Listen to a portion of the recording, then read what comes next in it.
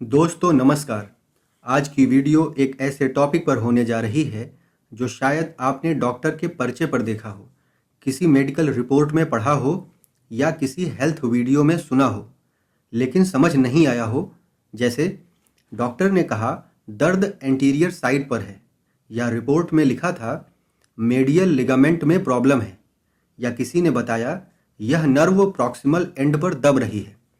यह शब्द सुनकर मन में आता है यह क्या है और यह कहाँ है। दोस्तों, यह शब्द कोई रहस्य नहीं है।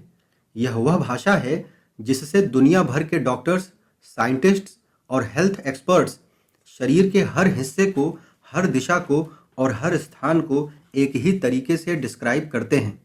और आज हम इसी भाषा को बिल्कुल सरल हिंदी में रोज़मर्रा के उदाहरणों के साथ समझेंगे। तो चलिए शुरू करते हैं। लेकिन पहले एक ज़रूरी बात, जब भी शरीर की दिशाओं और स्थानों की बात होती है तो एक स्टैंडर्ड पोजीशन को आधार माना जाता है। इसे कहते हैं एनाटॉमिकल पोजीशन। इसमें इंसान सीधा खड़ा होता है, चेहरा सामने की तरफ होता है, दोनों हाथ बगल में होते हैं और हथेलियां आगे की तरफ खुली होती हैं। यही वह पोजीशन है जिसे आधार मानकर सभी डायरेक्शनल टर्म्स डिफाइन होती हैं। इसे एक बार मन में बिठा लीजिए, क्योंकि आगे जो भी समझेंगे वह सब इसी पोजीशन के अनुसार होगा। अब शुरू करते हैं डायरेक्शनल टर्म्स से। पहला एंटीरियर और पोस्टीरियर। एंटीरियर का मतलब है आगे की तरफ, पोस्टीरियर का मतलब है पीछे की तरफ। उदाहरण, आपकी छाती एंटीरियर साइड पर है, यानी शरीर के आगे के हिस्से पर। आपकी पीठ पोस्टीरियर साइड पर है, यानी शरीर के पीछे के हिस्से पर। एंटीरियर को वेंट्रल भी कहते हैं और पोस्टीरियर को डॉर्सल भी कहते हैं, यानी दोनों नाम एक ही दिशा के लिए हैं। दूसरा, सुपीरियर और इन्फीरियर। सुपीरियर का मतलब है ऊपर की तरफ, इन्फीरियर का मतलब है नीचे की तरफ। उदाहरण के लिए, सिर शरीर का सबसे सुपीरियर हिस्सा है, पैर शरीर का सबसे इन्फीरियर हिस्सा है, दिल फेफड़ों के इन्फीरियर हिस्से में होता है और दिमाग दिल से सुपीरियर होता है। यानी सुपीरियर और इन्फीरियर हमेशा तुलनात्मक होते हैं, किसी एक चीज़ की तुलना में ऊपर या नीचे। तीसरा, मेडियल और लैटरल। मेडियल का मतलब है शरीर की मध्य रेखा की तरफ, लैटरल का मतलब है शरीर की मध्य रेखा से दूर, यानी बाहर की तरफ। मध्य रेखा क्या है? कल्पना कीजिए कि आपके शरीर के बीचों बीच नाक से लेकर नाभि तक एक सीधी रेखा खींची जाए, यह मध्य रेखा है। उदाहरण के लिए, नाक मेडियल है क्योंकि वह बीच में है, कान लैटरल है क्योंकि वह बाहर की तरफ है, अंगूठा लैटरल साइड पर है, छोटी उंगली मेडियल साइड पर है। अब चौथा देखिए, प्रॉक्सिमल और डिस्टल। यह टर्म्स खास तौर पर हाथ और पैर के लिए उपयोग होती है। प्रॉक्सिमल का मतलब है शरीर के जुड़ाव बिंदु के पास, डिस्टल का मतलब है शरीर के जुड़ाव बिंदु से दूर। उदाहरण के लिए, कंधे से हाथ जुड़ा है तो कंधे के पास वाला हिस्सा यानी ऊपरी बांह प्रॉक्सिमल है और हाथ की उंगलियां डिस्टल हैं क्योंकि वे कंधे से सबसे दूर हैं। इसी तरह घुटने की तुलना में जांघ प्रॉक्सिमल है और पिंडली डिस्टल है। पांचवा, सुपरफिशियल और डीप। सुपरफिशियल का मतलब है शरीर की सतह के पास, डीप का मतलब है शरीर की सतह से अंदर की तरफ। उदाहरण के लिए, त्वचा सुपरफिशियल है क्योंकि वह सबसे बाहर है, हड्डियां डीप हैं क्योंकि वे अंदर हैं, मांसपेशियां त्वचा से डीप हैं लेकिन हड्डियों से सुपरफिशियल हैं। यानी सुपरफिशियल और डीप भी तुलनात्मक होते हैं। अब बात करते हैं शरीर के क्षेत्रों की टर्म्स की।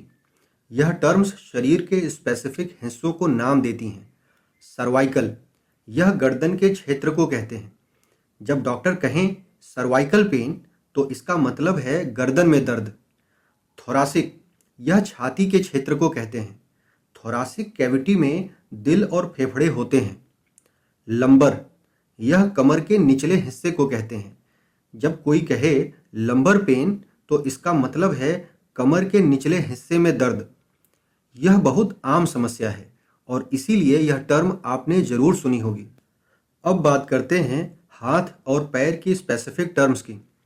पाल्मर, कुछ लोग इसे पामर भी बुलाते हैं, यह हथेली की तरफ को कहते हैं, यानी हाथ का वह हिस्सा जो आगे की तरफ खुला होता है। डॉर्सल, जब हाथ की बात हो तो डॉर्सल का मतलब है हाथ का पिछला हिस्सा, यानी जहां नाखून की तरफ से देखें। प्लांटर, यह पैर के तलवे को कहते हैं, जैसे प्लांटर फसाइटिस, यह एड़ी और तलवे में होने वाला दर्द है जो बहुत लोगों को सुबह उठने पर होता है। अब आते हैं दो बहुत ज़रूरी टर्म्स पर जो हाथ की मूवमेंट से जुड़ी है, सुपिनेशन और प्रोनेशन। पहले सुपिनेशन को देखते हैं। अपना हाथ सामने लाइए और हथेली को ऊपर की तरफ कीजिए, जैसे आप किसी से कुछ मांग रहे हों या हथेली पर कुछ रखना हो। यह मूवमेंट है सुपिनेशन। एक आसान तरीका याद रखने का, सुपिनेशन में हथेली ऊपर होती है, जैसे सूप का कटोरा हथेली पर रखा हो, इसीलिए सुपिनेशन। अब प्रोनेशन, हथेली को नीचे की तरफ कीजिए, जैसे किसी मेज पर हाथ रख रहे हों, यह मूवमेंट है प्रोनेशन। उदाहरण के लिए, जब आप लैपटॉप पर टाइप करते हैं तो हाथ प्रोनेशन में होते हैं। जब आप किसी को हथेली दिखाते हैं तो हाथ सुपिनेशन में होते हैं। अब इन सभी टर्म्स को एक साथ एक उदाहरण से जोड़ते हैं। मान लीजिए आपके दाहिने हाथ में चोट लगी। डॉक्टर ने कहा चोट प्रॉक्सिमल एंड पर है, यानी कंधे के पास वाले हिस्से पर। सुपरफिशियल टिश्यू प्रभावित हुआ है, यानी सिर्फ ऊपरी हिस्सा प्रभावित हुआ है, हड्डी नहीं। और दर्द मेडियल साइड पर ज़्यादा है, यानी शरीर की मध्य रेखा की तरफ वाले हिस्से में। अब यह वाक्य जो पहले समझ नहीं आता था अब बिल्कुल स्पष्ट है। अब एक और उदाहरण देखते हैं। किसी की मेडिकल रिपोर्ट में लिखा है लंबर रीजन में माइल्ड पेन, पोस्टीरियर साइड पर ज़्यादा, डीप टिश्यू तक नहीं पहुंचा। अब इसे पढ़कर आप समझ सकते हैं कमर के निचले हिस्से में हल्का दर्द है, पीठ की तरफ ज़्यादा है और यह दर्द सिर्फ ऊपरी हिस्से तक है, अंदर तक नहीं गया।